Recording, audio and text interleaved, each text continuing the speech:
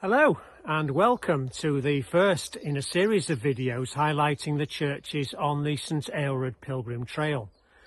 St Aelred Trail is a circular 41-mile walking, cycling and equestrian trail covering 9 churches in the parishes of Helmsley and Upper Rydale within the North York Moors National Park.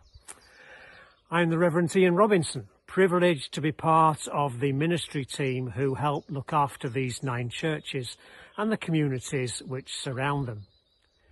Each church on the trail is a real gem with its own unique history and architectural features, but each also has, I think, its own spirituality, something that sets it apart, something that can speak to all of us, those of faith or no faith. And so I want to share something of that with you on these videos as well. The St Aelred Pilgrim Trail starts in the lovely market town of Helmsley, although you can walk it in any order, collecting your pilgrim stamps in a special passport as you move around the churches. And today I'm at the Church of St Mary Magdalene East Moors, which is at the end of the first stage of the trail. And here we are. When I first came to take a service here over 5 years ago now, I completely missed the church and ended up heading up out into the moors.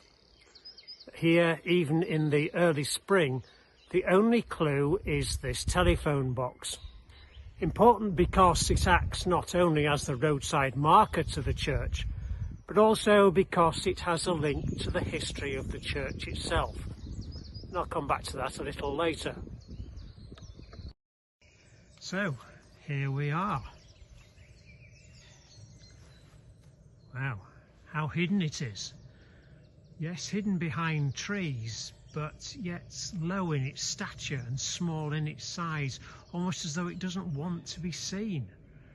I can't help thinking of a monk's cell hidden away, almost reclusive. Peace and stillness of this whole area accentuates its loneliness. But it wasn't always hidden and lonely. Commissioned by the energetic Vicar Gray of Helmsley, the church was built in 1882 to serve a community of around 200 who lived and worked the land here and roundabouts. If we move round to the right, we have the old schoolhouse. But this area now is sparsely populated, although the church is still used for services on the major festivals of the Christian year.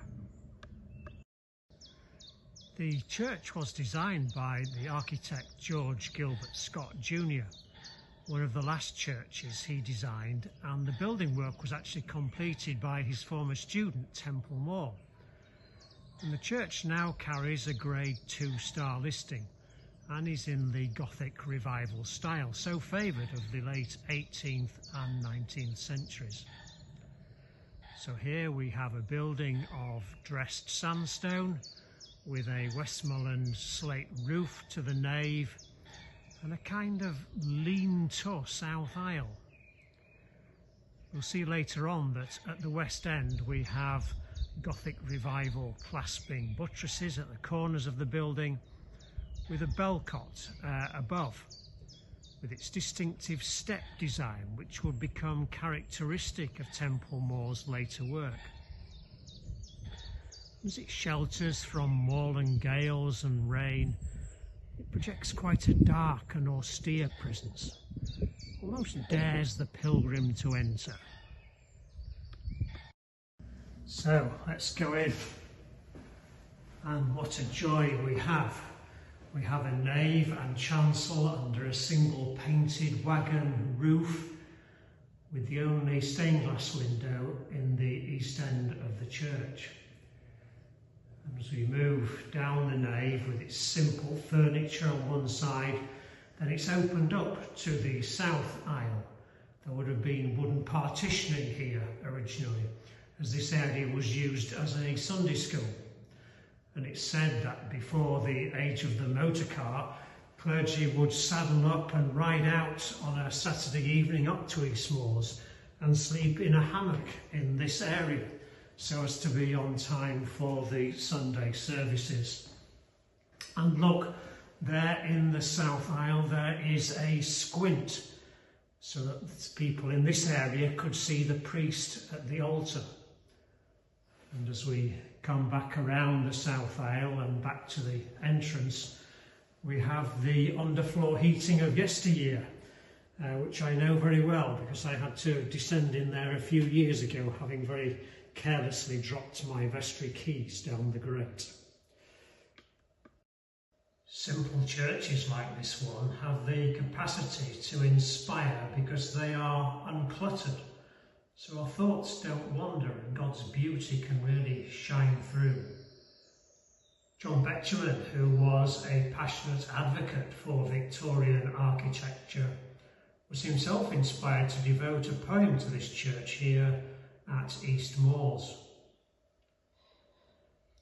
A stained kirk wi' a wee spire and a very wee south aisle.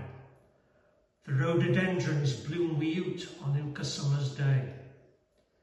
And it's there the ale of Feversham wad hae his tenants pray.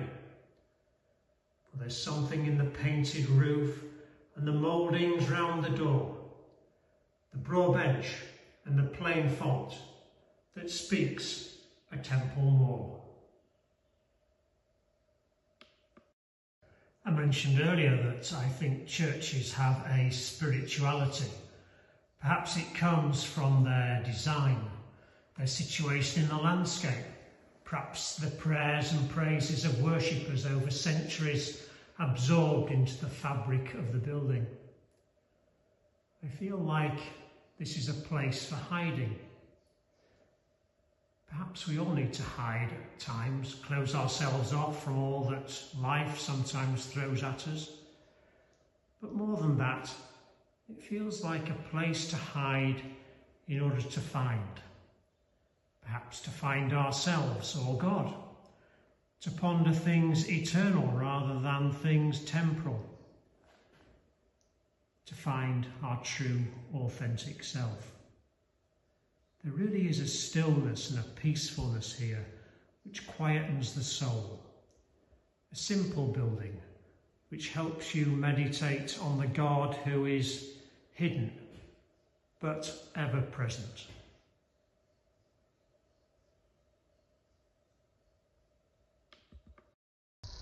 As we come round the buttressed walls of the West End, it's time to leave now, but not before I show you the newly created labyrinth on the north side of the church. A new manifestation of a symbol used as a spiritual tool for centuries.